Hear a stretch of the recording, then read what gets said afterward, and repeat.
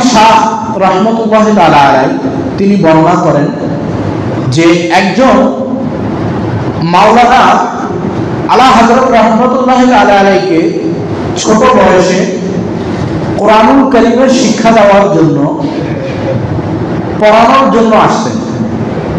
তো আলা হযরত রহমতুল্লাহ তাআলা আলাইহি তেনার কাছে কোরআনুল কারীম পড়তেন।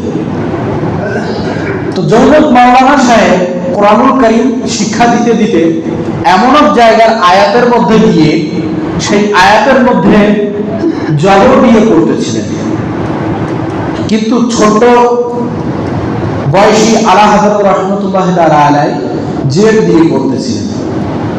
যখন আলা হযরত রহমতুল্লাহ তাআলা আলাইহির পিতা নকি আলী খান রহমতুল্লাহ তাআলা তিনি দেখলেন যে আমার সন্তানকে তার শিক্ষক জবর দিয়ে কোরআনুল কারীমের আয়াতটি পড়াচ্ছে, কিন্তু সে বারবার জের দিয়ে পড়তেছে, এটার কারণ কি?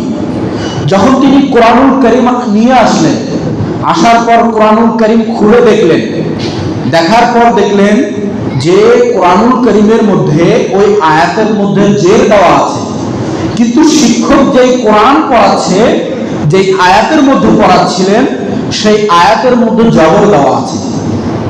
যখন তিনি দুইটা তিনটা কোরআন এমনই ভাবে দেখলেন যে সবগুলো জের দেওয়া আছে, তখন তার সন্তানকে ডাক দিয়ে বললেন যে তোমাকে যখন শিক্ষক জবর দিয়ে পড়াচ্ছিলেন কেন আপনি জবর দিয়ে পড়তেছিলেন না? তখন উত্তর দিলেন যে বাবা, আমি তো জবর দিয়ে পড়ার চেষ্টা করতেছিলাম, শিক্ষক যেটা বলতেছিলেন সেটাই পড়ার চেষ্টা করতেছিলাম, কিন্তু আমার মুখ দিয়ে জবর বের হচ্ছিল না, বরং জের দিয়ে বের হচ্ছিল। জোরে বলি সুবহানাল্লাহ।